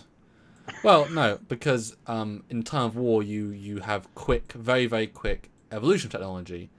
You look at the world wars, the amount of... necessity breeds invention. And so you wouldn't then say, well, we can build all this amazing technology in our Galactic Federation. Oh no, because we lost 1/3 of our fleet, we're going to go back 30 years. No, you would develop new technology. Like if they could argue we evolved into TOS, you know what I mean? It doesn't work, but because they ruined it. But if you went into the TOS aesthetic, but modernized it, that's where Enterprise did it right, because it looked more primitive than TOS, even though in some ways it was a little more advanced with the touchscreens and stuff. But it had that feel of like a submarine vibe with smaller monitors everywhere, and it worked. It was a nice progression up to what we saw in TOS, and then Discovery comes along and full figure holograms, and you know, like, when wow. people on the team care, and beyond that, because I do genuinely think that it's unfair to say the team of Discovery aren't Trek fans, because they always tout. In every interview you see, you know, oh, I've been a Trek fan since I was young. So it isn't just they're not fans of Trek. But if the people on high demand this, and this, you can't... If the wrong people are in charge, you can't fix that. You know, I just finally opened the Clark Eagle Moss box. And there was multiple sketches of John doing Cajun cells, because he was trying to get that through. Mm-hmm. And it's like, he's trying to give us an appropriate ship. But it's designed by committee, because he does that, takes it to them, shows them, and then like a board of people at a table say, nope, we want this, we want this, we want this. Slap down. Go and redesign it. Yep. Okay, based on your notes, I'm going to try to keep it as close as I think it should be, but I'm going to also work in all your stuff. And by the time that's done multiple times, the original vision's lost. Yep. And that's one of the things that must be so frustrating for someone like Johnny, is who genuinely cares and is knowledgeable enough about the tech and the time periods to create something fantastic. Yeah, and at one point or another, you just stop caring. Because at that point, it just becomes a job. I mean, you remember how Doug and John especially, he told us in our interviews, our extensive interviews with him, you know, sometimes I deliver 4 or 5 sketches, but one I specifically liked. Like, that one I liked, and like normally it's because it's aesthetically, but also it fits more in the universe. And he hopes you pick that one. And they do sometimes. Brilliant. So that's the designers hoping, you know, of it. You know, whereas the opposite is true. But yeah, I do know about Space Command. That's funny how he already knows I know about Space Command. Yes, I even donated because I want to get the Blu-ray just in case. It's amazing. I paid $70, which is really it was the biggest I've ever crowdfunded, because I got like the Blu-ray, because Blu-rays are expensive now if you include other stuff. It looks okay. I mean, that's a problem. This is why I've got a original sci-fi idea that I'd love to make one day. I think it'd be amazing. Especially I'd plan like 4 or 5 seasons, and then Yeah. But I can't possibly realize it on a low budget. You know what I mean? Like, you couldn't make Game of Thrones on a simple TV budget. You've got to have a certain budget to even make it worthwhile. To look like nothing. Like, imagine Lord of the Rings, but on a TV budget. Like, they just couldn't have done it in the right way.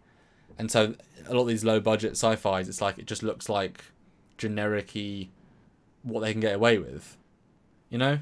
Whereas you need something with real budget to make it feel real. And so I'm not saying it looks bad by any stretch, but it looks like a low budget sci-fi, and I haven't actually watched it, so I'm waiting for the whole thing to come out, because then I can just enjoy the pace. And I mean, I certainly like the cast. I like Mia Furlong's in it and such. And Mark seems nice. I mean, we've been contacted by Star Command before, by his PR guy, but you know, there's always more stuff to do, so it's hard to keep up with everyone that's trying to talk to us in a nice way, you know. Yeah. John Arkecki puts in $5. Would you have? Oh no. Richard Kennedy puts in £1.99. You think Discovery will fix the bird of prey like they did the D7? Yes, I think they will. Maybe not right away, but they will. They'll have to. Hopeful 3135 puts in £2 sorry. Have you guys seen Titans? Thoughts? I have seen the first few episodes of Titans, and I'm absolutely in love with it. I think it's fantastic. Wow. I can't wait to watch the rest. Isn't that just dark for the sake of dark? It is, but it's done well. It's kind of nice to see the Teen Titans. Had you seen the shows? Do you actually know the lore of the characters? Nope. Okay, see, that's probably the problem, because just like if you don't know Transformers movies, the first one's really good. If you don't know Transformers, first one's not bad, yeah. If you don't know Star Trek, 09's really good. I've at least seen a few Teen Titans, and I certainly hate the choice of character art for the characters. They look garbage. I mean, what the fuck are they thinking of? Like, awful. But if you don't know any different, then it's just like, oh, it's a person. You know what I mean? Like, the Toad, just awful. But I mean, that doesn't mean I'm not gonna watch it. I've just you know. I've already got Arrow, Flash, Legends. And it's amazing when a show like Flash, you've seen a little bit of Flash, haven't you? Mm-hmm. Yeah. they have so often shown us alternate Flash costumes directly from the comics. Normally a specific Easter eggy look at the moment, and they keep because there's a plot point from season 1 where Flash disappears in the future. End of sentence. And so we're working up to that point, but at one point or another, he managed to get access to his actual suit from that point in his timeline. And so, at several occasions, he's wearing his full, actual, definitive comic Flash outfit. And it's like, oh, I don't know, it's any different, but I've been told that what it is. And it's like, oh, brilliant, you're actually showing the actual, like, it's not his core suit, they keep changing it, but like, sometimes he wears his actual costume. That's how continuity's done right. Like, they rebooted it, but they still respected things. So they really, they make such an effort to, there was even, I don't know if you know this, but the dad actor, the actor that plays Flash's dad in the show, he's actually the actor that played the Flash in the 80s. I loved the 80s Flash. Yeah. And in the last crossover, normally that actor comes back as other Flashes. He's actually been 3 Flashes himself. But this last crossover, he actually was his original self in the other movie, in the other show. Like, they fully replicate the costume. Normally they do that is cool. Variants, because it's a dumb look. I mean, it's very padded. It's very like it. But they fully did. Actually, is that. Are you dissing my Flash? Seriously? I don't know, but well, I mean, the fake muscles and stuff. But like, it's literally that Flash is now the canon. Like, and it's great. It's like, he's got to reprise it fully after so many years. There you go. Yeah. So we got Rage My Dream puts in 5 wow, that's an interesting pounds and a great avatar picture. Simple. Keep up the good work. Thank you. I'm sure we will. But yeah, helmet and wings and all. Yes, Jeff. That was the isn't that that's Flash the reference? World War. Or is... Yes.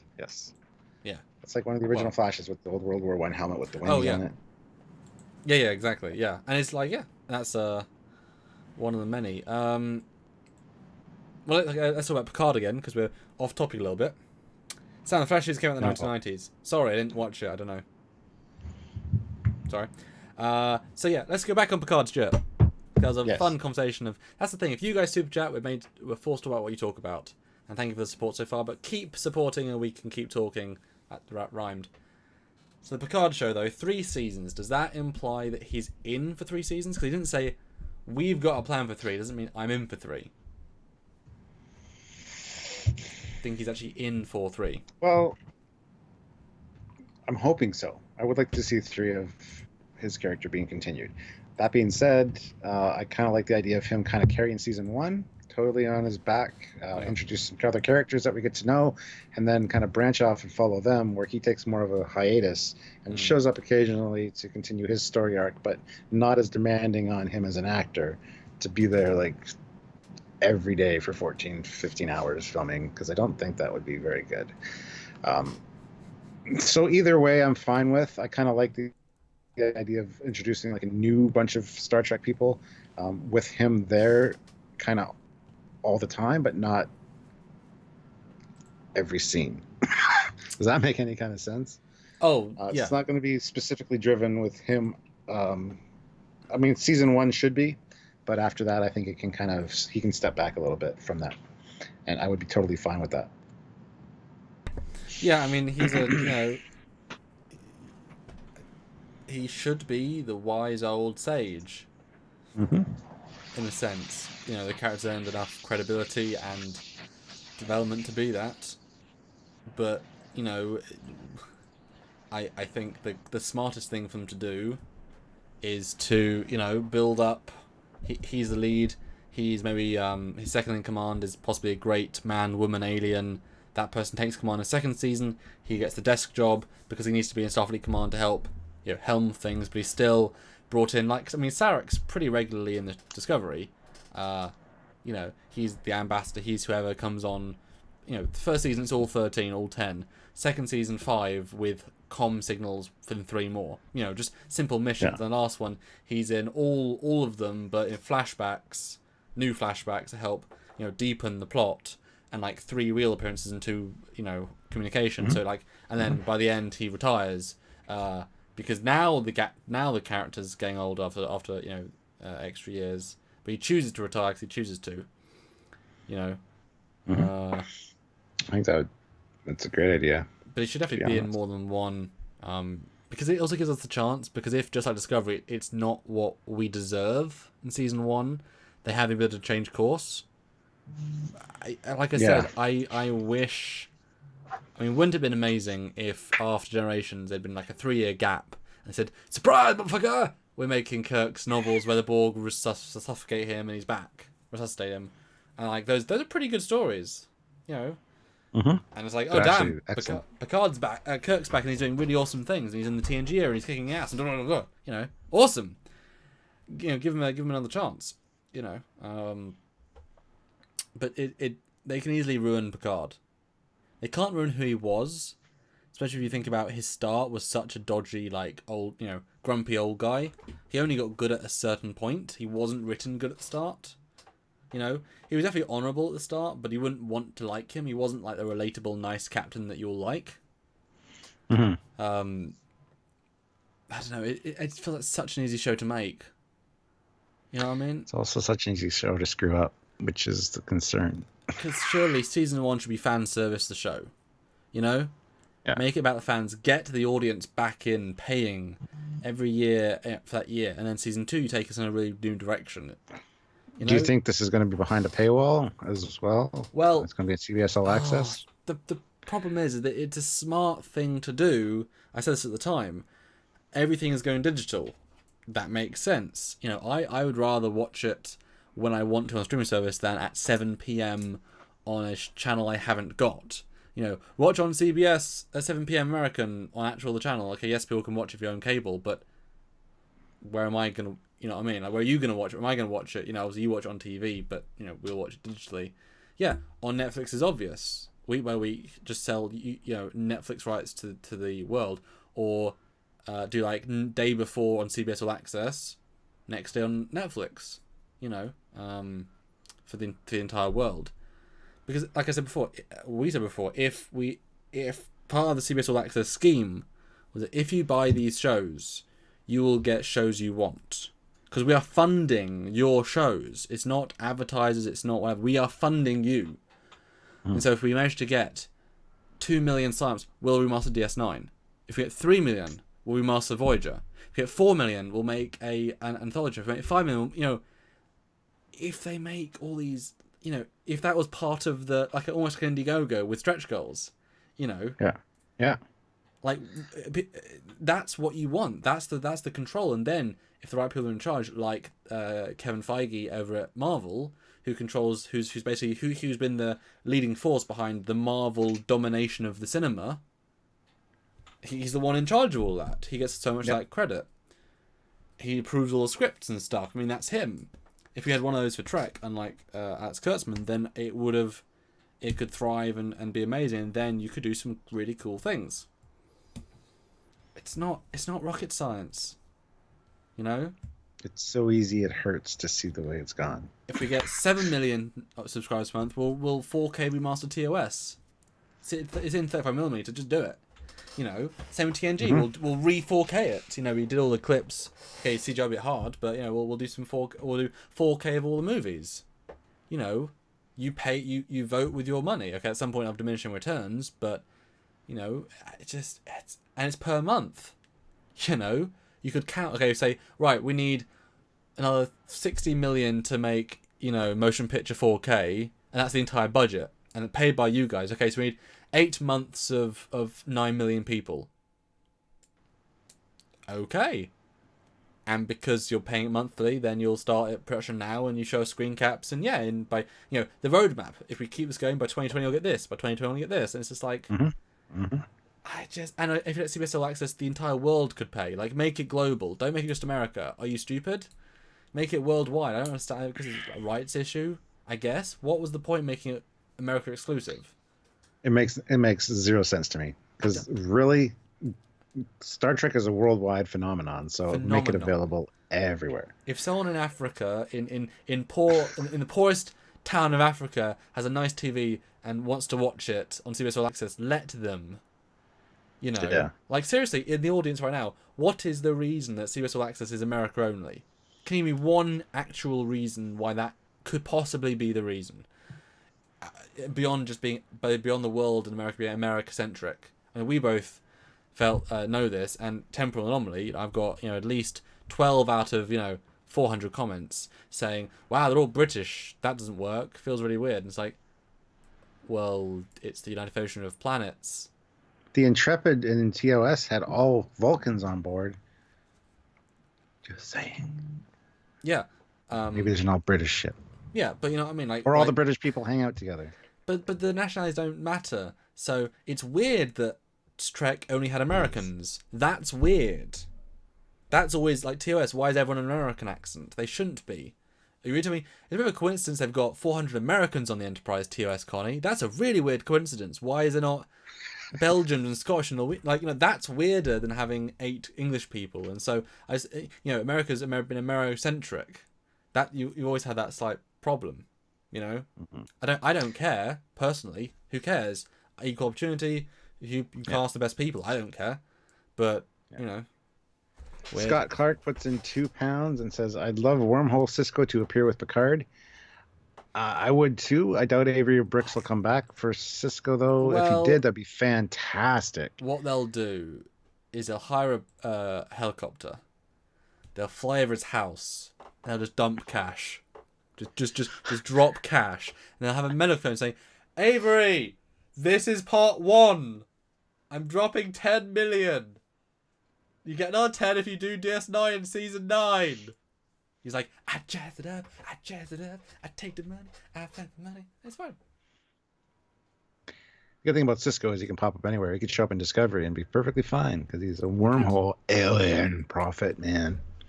Jeff Jacobs, one of our mods, puts in $5 and said, well, you got your 125 likes, so I will pay you my 5 anyway. Well, we also were up to 340 people at one point, so we should have 300 likes. Everybody just click the like button. That's all. That'd be awesome. Just click the like button. I don't know if Peg Scotty is from Scotland or not. I don't know. Thought the USS Hood would have been a British ship. I mean, could be. Why not? I think that's kind of silly, but yes, don't forget to hit the like button, guys. Yeah. He will pay. Jeff Jacobs will pay $300 for 300 likes. Guys, get us there, please. That's not what he said, but that's what I said. It is 300. We're 151. 151. Where's one? Can I get 152? 152. 152. Can I get 152? 152. 152. 152. 500 rubles have been put into the super chat. Of course, it will be a CBS All Access. International market is chaotic maze of rights, exclusivity deals, and transaction processing taxation, which are definitely per country. Okay, I buy all that, but it's still silly. Yeah. Well, I mean, if Netflix can stream across the world, then just put it on Netflix. You know what I mean?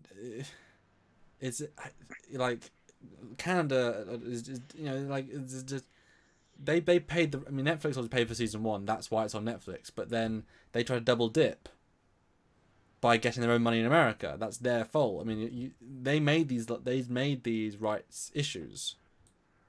If they just said, right, we've got the biggest platform in the world is Netflix, we'll give them a rolling year contract each, and depends success or not success, we'll do a full year 2. Everyone gets part of the Netflix package, boom, great. Or all access, but open up to the world. I mean, they would have had no upfront money, and that was obviously, so but Netflix didn't have to come back for season 2. I mean, there's just, yeah. Can't afford to pay subscription services, unfortunately. Well, sorry, but I'm not saying you have to. No. Yeah. No, I said I will pay 5 again if they get to 300 cap. Cap can do the other 295 if he wants. What would be the sense of me paying $295 to my own super chat? That's just stupid because YouTube's going to take 30% off the top of that. Wow. Fake account. Any good UK sci-fi movies or series? Yes, lots. Tons. Like Red Dwarf and more. Doctor Who? I think I've heard of something called Doctor Who. Oh yeah, that's like the longest running show of all time. Consecutively. show about a surgeon who works in a hospital or something. You're wrong, sir. You're wrong. You are wrong. Yeah. Oh. And do you know that like most of the A-list movies film at Pinewood in England? Mm-hmm. Star Wars. Like, I know I went to do a university lecture on Monday, and somehow one of my lecturers knows one of the practical effects guys at ILM, or at the Pineworks, but I mean that group, and he's going to the wrap party on Friday. So Star Wars Episode 9, breaking news, has his English Pinewood cast wrap is on Friday, which is the end of production, which means that's all like the Star Destroyer stuff, all the probably the most Millennium Falcon stuff. They can build a secondary Millennium Falcon. That's like the primary big set piece stuff. That's really far along then. If that didn't take that long, because they didn't start shooting that long ago. That's good to hear. I'm assuming they probably have quite a lot of like, you know, on location. Like if they went to a desert planet to make, you know, a third of the movie, that's obviously a whole separate shoot. You know. Yeah. Yeah.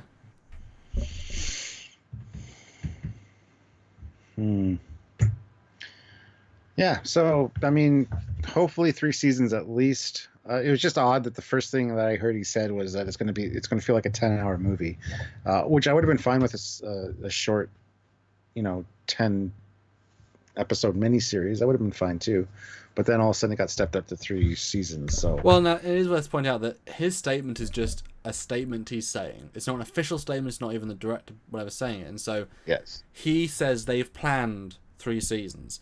But they're not actually, the rumour is they've not actually budgeted for even 1 season.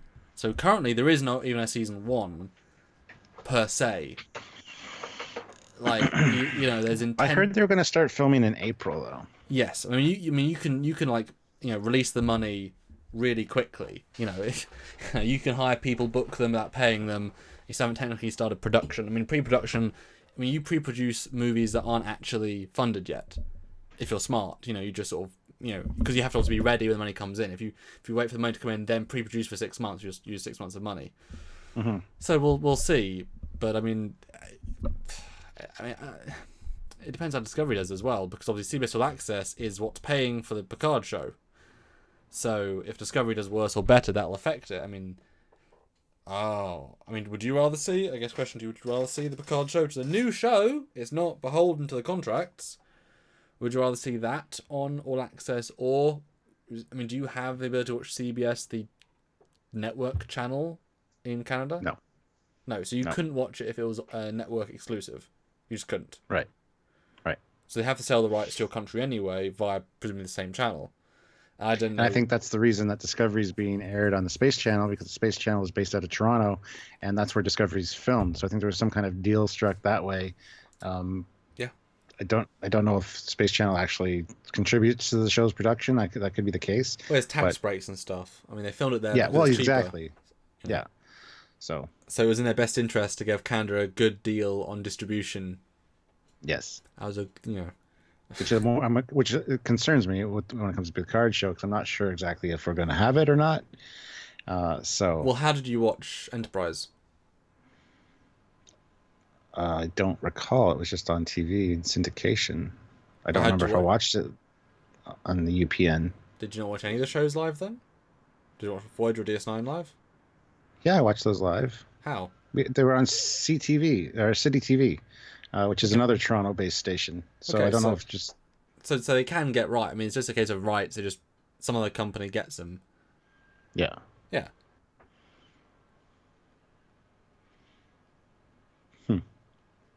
TOS premiered in Canada first. Really? I doubt that. I do too, kind of. Doubt that heavily. Heard that? I mean, well, that sounds so unlikely. I mean, I know that TOS actually premiered in the UK 3 years later. Yeah. Because Dad watched it. Dad watched the first run. By that point, it was already cancelled. Well, no, because it took. Yeah, probably. No, I don't think it was cancelled, but it wasn't like, yeah. Star Trek is Canadian. Well, it's got some good Canadian people, but it wasn't made in Canada. But it should have been. No, it's just this show is so unknown. You know, it's so unknown as to what it could be. I mean, he said it's about the Romulan stuff is important. It's darker. He's different. He's not a captain anymore. But these are all obvious things. If you, I mean, that's the thing. All these stories, they're being posted to try and get any views. You know, we knew all that stuff instantly. I mean, they could not do it. Make JJ not canon. That okay, it's something. But if you if you really understand, then you know. So it's kind of like waiting for actual news. Yes. But for the average people, we don't want to jump on the bandwagon. We kind of want to wait until they've got something more concrete. This one was an interesting talk, though, because it's kind of been out there for a while, but we kind of wanted to. Well, yeah. But yeah, it's difficult because I unfortunately refer to this classic anecdote where during the promotion of Star Trek Generations, there's a wonderful interview with Marina Sirtis says it's the best Star Trek movie I've ever made. Love the script, it was amazing. And then 2016 convention, she was asked that. She said, "Oh no, we were told to say that by marketing. I hated that movie. It was awful. Yeah, didn't like it at all. Didn't enjoy filming it. It was an awful last one for that part of the show. I hated it. But I had to say what I had to say. I was under marketing contracts, and it's even more strict now. So obviously, that's the problem. But Patrick Stewart's I want to address something real quick. Yes, Michael, I love your channel, but you need to take questions from others. Well, it's hard when we have 300 people in the chat and it's flying by. But if you want to ask your question again, we'll try to get to it. Sorry. But yes, they are under contract. They have to say certain things. They got NDAs. They can't say certain things. Yeah. It's a funny world, and yes, marketing is a thing. If you're asked, about your movie, and who's gonna go see the movie? Yeah. I mean, it's yeah. I mean, part of movies is that first weekend where no one has heard, especially in the olden days when the reviews were like newspaper based and you didn't necessarily read them. You went to see it to see if it was good. Oh wait, it was bad. Oh well, it's just that's why the marketing's so important. Like, oh, there's a Star Trek 4. Star Trek 3 must be good. Nope, Star Trek 4 was just a vague idea they had, and never actually properly greenlit. Bill Barkley, will I ever get around to making my Star Trek Beyond video? Yes, me and Sylvia will do a review of it at some point soon, hopefully. And we're totally going to go through stuff as well at some point. We have another super chat of 250 rubles. Oh, in 90s, only 4 seasons of TNG were shown on local TV in Russia. They replaced it with Charmed. It took about 10 years to watch the other 3 seasons legally. Wow. That's crazy. Did you watch it those years later? You mentioned legally with, I'm sure, the asterisks. Does it pace well if you wait 10 years and then watch the rest of the story? Although by that point you've already seen the promotion for the other movies and such. You got to think too, it didn't get really good until season 4, so you watch the first part and then it's like the sequel's way better, the last part. The second generation after the first generation was And Michael, our admin Jeff, is saying if you have a question, he'll keep an eye, and if we don't see it, he will put it our way, because I know not everybody. I've talked about a lot of questions that weren't super chats. I know. We try to, but some people, I guess, feel left out, and we don't want that. So put your question down. If we don't see it, our admin will, or our moderator, and he'll either message me privately or put it in the chat so we can see it, because it's easier when it's got highlighted in the wrench beside it. So yeah, we're trying, guys. We're trying. Yes. Oh yeah, one thing I want to mention, because I'm looking at the thumbnail I made for this with the E and the Argo. One other thing about like Voyager, especially DS9 was sort of locked in when they did it. Voyager loved throwing in old ships for the sake of it. But obviously their production time was so quick. I mean, compared to Discovery, the CGI was made in like a week, or a month. Discovery has way more time to make the CGI, and it's also more intricate. And I can do the same quality as Voyager because I have better PCs. It really is sort of that simple, and I've obviously learned from the experts. But you look at, like, they threw in those cool ships any chance they could. Look at the last shot of Endgame, all these new ships. They didn't invent 7 new ships just to sell toys. You know, Stargazer was, you know, decided to do a new one. That's cool, but it was like more special. So let's make a special one for him. But all these things like, well, no, let's use some classics. So it'd be such a shame if every ship we see in new shows all new, when all of the precedent says ships last a long time. Most ships are the old ships. You should be almost exclusively seeing just like in TNG, it was always Excelsior that dropped off admirals. It should always be an Akira or a Prometheus or a Sovereign. Like, that should be the backbone. Yes, you've got 25 years of new ships, but that does not make up the majority of the fleet. It makes up the minority of the fleet. Yeah. Especially as you're evolving technology. You know, you don't always build... That doesn't always work as a design. You move on. So it would be such a shame if everything was a new ship. Now, that's cool. Sure. But if you look at Discovery, obviously, it's a shame with the ship designs, but John did pull influences from as much as he could. Like, Clark is just a Reliant Discovery hybrid thing. He pulled from other eras to try and make it work as much as he could. But it's like, it'd be such a shame. Like, let things grow organically. You don't need 10 new ships to make... You know, I mean, it made Eagle Moss, you know, millions of dollars by having all these new ships. Good for them. But also they're kind of controversial ships. Like, I wouldn't have ever... I'm buying the Discovery Collection. I certainly, if I was really choosing, I would never buy the Klingon ships. But I want to get the goddamn magazines to read the dirt. That's literally why I buy them, is to get the magazines on time. Because that stuff is really interesting to me. And to hear John's thoughts. Yeah. And, you know, we've tried to interview them. It doesn't quite work with Discovery stuff. And so that's the only way you can hear stuff. Even if it is sort of filtered and edited down by people approved by CBS. Yeah. But yeah, I mean, just part of the universe is using the universe, you know? Yeah.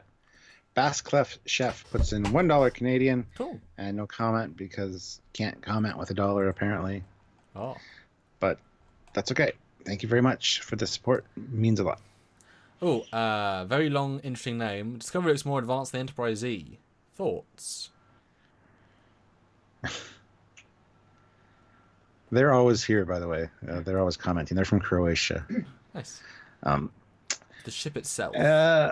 Thoughts? Yeah, that's kind of what I've said that since the beginning. We both have. If this had been set post Nemesis, post Voyager, but specifically the Discovery herself. Yeah, the Discovery would have looked fine. Because it doesn't look post E to me. I mean, none of the details match up to post E. It does. It's totally outside the box. It's totally a new look. Slimmer engines, longer. I mean, it's just it's got. Hasn't got Bassards, but it's got retro Bassards and it's got weird. I mean, nothing. But everything retro is just a callback to something before. Things come in cycles. You go back to that kind of style. I had too much of a stretch. I respect you for saying that, but like I wouldn't buy that for a second as a post Nemesis. Not Shinjo, yes, with some phaser strips and like actually give it actual post TNG hallmarks. So it hasn't got any of them. Shinjo's he's closer. Irish, not Croatian. Oh, but you always say hello from. Oh, you must live in Croatia. I don't know.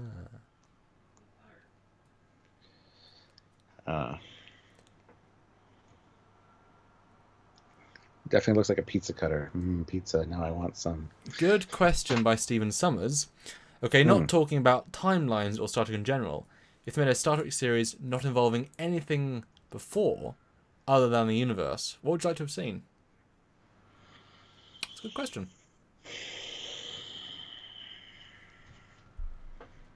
Let me go back and read that question. Say it again. I'm trying to find it. Oh, it's the from Stephen Summers. Just a little bit. Okay. Not talking about timelines or Star Trek in general. If they made a Star Trek series not involving anything before, other than the universe, what would you like to have seen? I mean, people say they want to see like an all Klingon show or an all Romulan show. I'm not for that specifically. I kind of like seeing things that I don't know what I would want to see outside of that, to be perfectly honest. I kind of like seeing the Federation. I like seeing Starfleet. That's kind of what makes Star Trek to me. So in universe, I don't know if I'd want to watch anything else necessarily. I mean, a Klingon or a Romulan show would be the closest I would get to kind of being outside that Federation comfort zone, I guess. But I can't think of anything other than that that I would want to see. Except life on Earth, just an everyday Joe. That's expensive, though. That goes to his hobby, not a job. Yeah. I think a Klingon's interesting, but I would make it something like the first Federation. Like, this is a year test program. The year is 2410, and it's the first human to captain a Klingon vessel. We're in the post-Federation Klingon Alliance of 2407, and unparalleled peace. And cultures are all trying to get even closer as a step to unify the galaxy as a whole, because there are rumblings that a threat outside the galaxy is possibly coming. It's just rumours, it's just threats, but whatever. And so Federation officer, Pride officer, he's already, we see flashbacks to multiple Federation ships throughout the show. He's had terrible loss. It's really kind of hardened him in terms of combat. That's why he's been picked. He's much more Klingon than other captains. He's not necessarily aggressive, but he's got the ability to fight back if he's fought against, best defense is a good best offense is a good defense. That sort of man. And he's given a futuristic bird of prey, like a much more like Mine for the Fan Film, like more an attack ship bird of prey. And he's given the job to go out to the outer rim of Klingon space and explore / find new allies in the whatever. And the Klingon crew includes, all the different variations of Klingons. That's part of the cultural thing. They also want to try and incorporate all the different subcultures of Klingons. So you see the last of the Smoothheads, all the different evolutions. It's a very diverse crew. And you get this training program, and he has to report back to Starfleet about his experiences, and he gets to team up with the Starfleet ships as you go. But still through the lens of a human, which makes it relatable and interesting. Thoughts? You saw that in the episode where Riker went over to the Klingon ship. You just stole your idea from an episode of TNG. I elaborated on an episode of TNG. I also, when Quark was on the Bird of Prey for a bit, or Worf or Jadzia. Yeah, I mean, but expounded upon, but more of a... Because Riker was trying to be Klingon more than this guy would, who'd actually, I don't know if I'd watch it, obviously, but I don't know. Base Clef Chef puts in $3 Canadian. Which TNG character do you not want to see in Picard's show? Wow, okay. I can do without Troy. We saw her a lot in Voyager. Well, she was great. Probably, I thought she was great in Voyager, actually, for me, personally. Better than a lot of TNG. I could go without seeing her again, though. I wouldn't mind seeing Wesley come back. People have said that a lot in the comments. A Wesley Picard series, a rom-com, or not a rom-com, but a what comedy show called "Shut Up, Wesley," where they're roommates or something. And Wesley's looking after the elderly Picard. And it's a two tagline: "Shut up, Wesley." Bracket. No, you shut up, sir. He finally fights back after 30 years. I'll unplug your IV, you bastard. Clive Void puts in $2 and says, "I love the disco ships. Do your worst." I mean, they're not good. Bad. There's just some really good ones. The Clark, I really like the Clark. I like because it's the most prime. That's the thing. It's the least. It's the least unique, and that makes it the best. Like, I held it there. Although the front view is awful. The front view is absolutely atrocious. The side view I kind of like. The top view is nice. Front is awful. Those pylons are horrendous from the front. It's exactly the opposite of what I said. I love those pylons. But from the front, though. Yeah, they look fine. Okay. So we can't all like the same thing. And the cells are also 30% too long. Just a bit. They weren't. No, they weren't. They were perfect. They're good. They're good. Joseph Petrick puts in €2 and says, "Is a Starfleet Academy show so unappealing?" I mean, I don't have a problem with a Starfleet Academy show if it's done well. I just don't want to see like a teen drama. Like, I don't want it to be a teen drama. I'm totally for it if done right. I mean, again, it's not rocket science, guys. It really isn't. Yeah. Just Brett Barrow throws in $5. Oh, thank you. Show I want to see set in another 100 years or so after Nemesis, and make the hero ship to be the first human vessel to explore another galaxy. Yep, that would be amazing. I've said the galaxy thing often. That's kind of the next step, isn't it? Yeah. But yeah, that would require, it would be like Voyager. All of a sudden, Klingons would show up because they got sucked through a portal, and then all of a sudden there would be some Ferengi there for some reason. Curtis Simpkin puts in $2. I'd love to see Janeway on the new Picard show. Yep. Yeah, Admiral Janeway. I'd love to see her show up. It's so obvious. It writes itself. Yep. You know. Yep. Yep. But anyway, guys, it's almost 2-hour mark. Yes. We don't like these to go too much longer than 2 hours. No, I've got lots of other work to do. I'm flagging, which is a shame because I've got to, I guess, have some more caffeine just to deal with this. I've got to do my rest of my CGI because of Stuart's great idea. What was my... Oh, yeah, sorry. You didn't have to accept my great idea. You could have said it was shit and just moved on. Or shite, as you would say, I guess. I don't ever say shite. Ian Matthews puts in $9.99. Thank you. Why can't we have a utopian Star Trek? No. Star Trek Discovery is not proper family programming. Why haphazardly launch another show in this dreary nightmare trek? I am an old angry man because I want an uplifting show. Am I an old angry man? No, that's what Star Trek was based on. That's why kids grew up with it. That's why they got the jobs they did, and so it's made the fan base what it is. I agree with you. I will flat out say I'm a better person because I watched Star Trek. It helped. Mm-hmm. It helped my moral code when I was young, 100%. That it taught me equality. It showed me from as young as I can remember that there is nothing special about a black woman and a alien and an Englishman and all these things on working together as normal. You know what I mean? I didn't grow up. I mean, obviously England's quite a diverse country anyway, but I didn't grow up. It just wasn't a thing for me, and so I'm very thankful for that because I don't have these same prejudices because of Star Trek. I'm 100% sure. Whereas other shows, I'm sure at the time, as the one show that I realized that I had no one but white people in the cast. I never realized that because it's like just Blake Seven. Well, yeah, it had women though. But you don't think of it because it's just sort of like it's just a show. Oh no, you know what it was actually. I was at my grandma's house and she lives more in the north. It's more an old person retirement place, so it's retired people and retired white people and you walk around and I was there for like 4 days and I didn't see a single black person except like one guy. But I didn't see a black person because it was just you don't notice that it wasn't there. But I also don't notice when they are there because I've also walked through Leicester Square and stuff in London, and you could see everybody under the sun within 5 minutes. And that's Canada. Yeah, it's also nothing. So it's just people. People are just people. That's the whole point. And I think Star Trek certainly gave me that mentality. Like women can be in charge. Of course they can. Why couldn't they be? That's the question. Why shouldn't they be? It's not why should they be. It's why shouldn't they be? Well, you had Margaret Thatcher as Prime Minister. So, not for me though. No, people hated her. When I was growing up, I don't care if they hated her or not. The fact that she was in position of power, so who gives a shit? It's true. Sup AG1M puts Sup. £5. Do you think the Enterprise F will be in service in the Picard show, or do you think that there will be any STO references and influences? I'm not sure. STO is kind of a side canon thing. It is licensed by CBS, but they'd be shoehorning themselves in again because it comes after the Picard series. Well, so is Armada 2. We're not going to see the Premonition and the next Borg War. You know what I mean? We're not going to see that stuff. It's still a licensed Trek story with Patrick Stewart.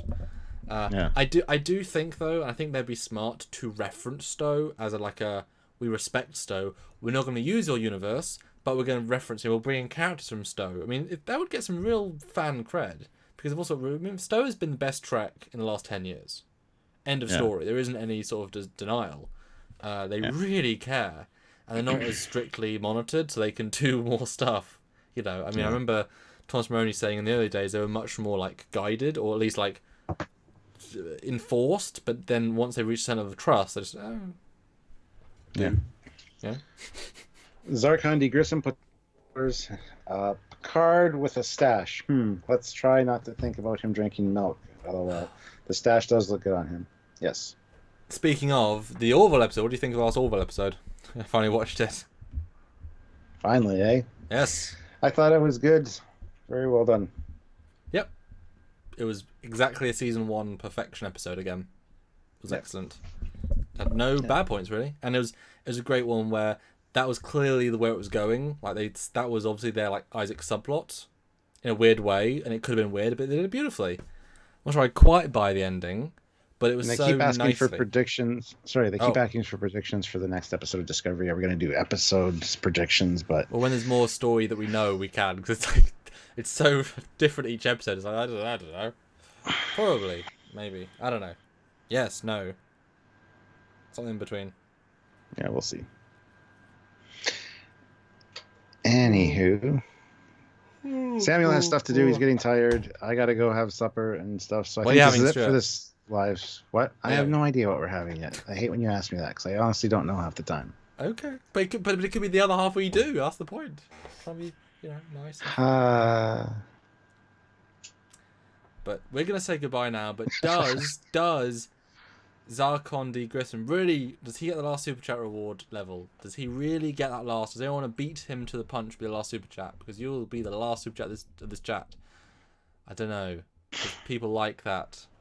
Oh, we're leaving, but in case, like, does anyone want to take that throne off him, the crown off him? I don't know. There we go! Oh, him again. Well done, you did 2. That's excellent.